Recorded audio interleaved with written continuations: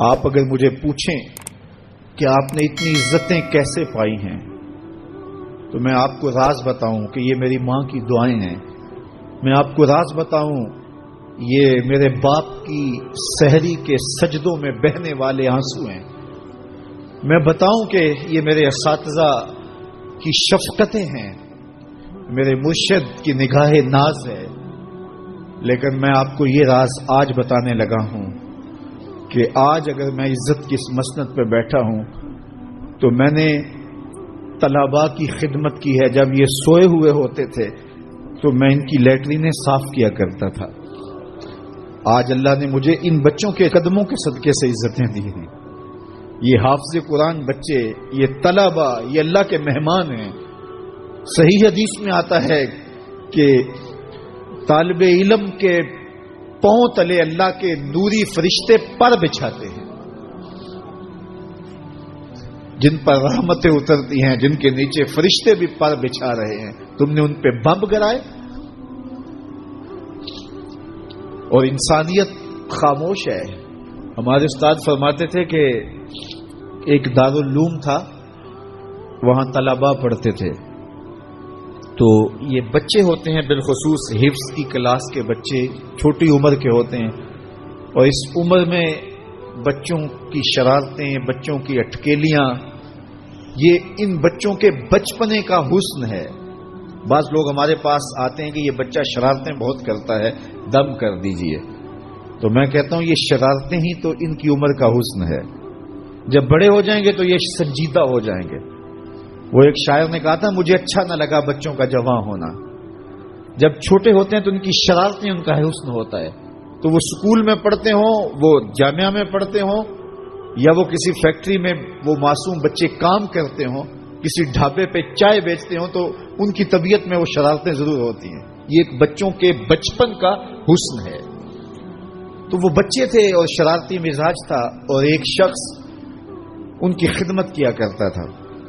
کبھی وہ گھی کا کنستر اپنی کمر پہ لاد کے لا رہا ہے، کبھی وہ آٹے کی بوری اپنی کمر کے اوپر لاد کے لا رہا ہے، اور بچوں کی خدمت میں لگا رہتا تھا. بچے تھے، کچی عمر تھی، شرارتی مزاج تھا. تو انہوں نے اس کا نام ڈال دیا حمار، گدھا. جب بھی بھوک لگی ہوتی اور وقت کھانے کا قریب ہوتا تو کہتے وہ ہمارا گدھا گیا ہوا ہے، ابھی لے کے آئے گا تو کھانا ہم کھائیں گے. تو آپس میں انہوں نے اس شخص کا نام جو ان کا خدمت گزار تھا گدھا رکھ دیا. اسے پتا چلا کہ یہ مجھے گدھا کہتے ہیں، میں ان کی خدمت کروں، نوکری کروں، بلا معاوضہ میں ان کے لیے کمر پہ گھی کے کنستر اور آٹے کی بوریاں لاد لاد کے لاؤں، اور یہ مجھے گدھا کہتے ہیں.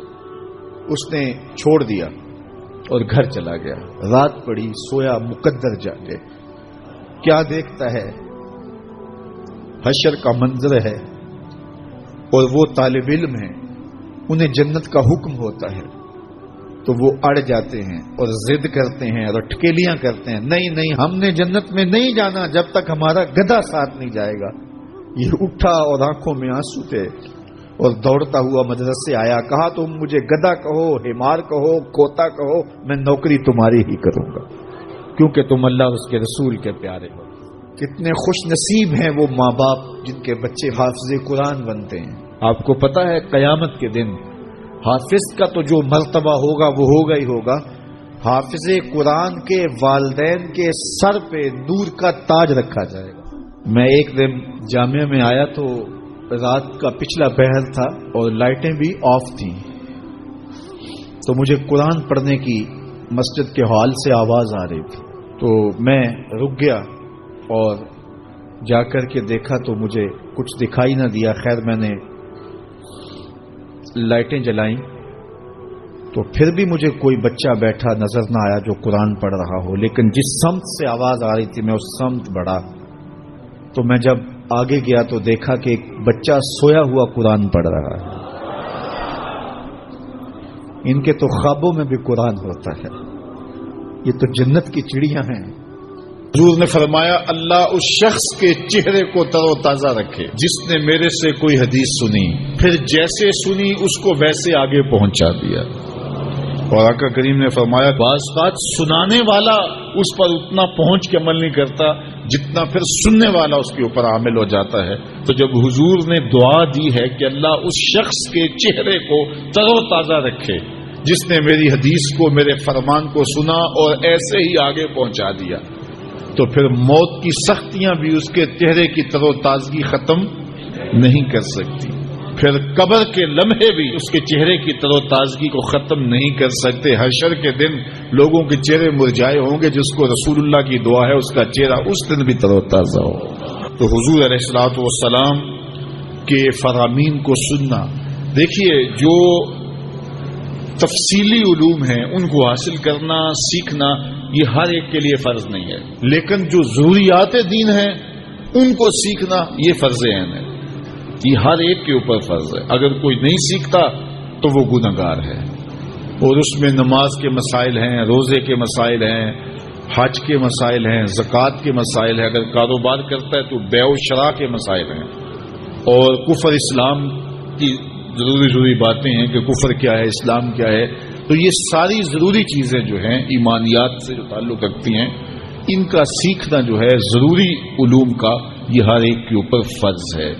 تو اس لیے آپ لوگ اپنا وقت کچھ نکال کر کے جو ہے وہ اس کے لیے صرف کریں، اور ضروریات دین سیکھنے کے لیے کچھ فرصت کے لمحے نکالیں.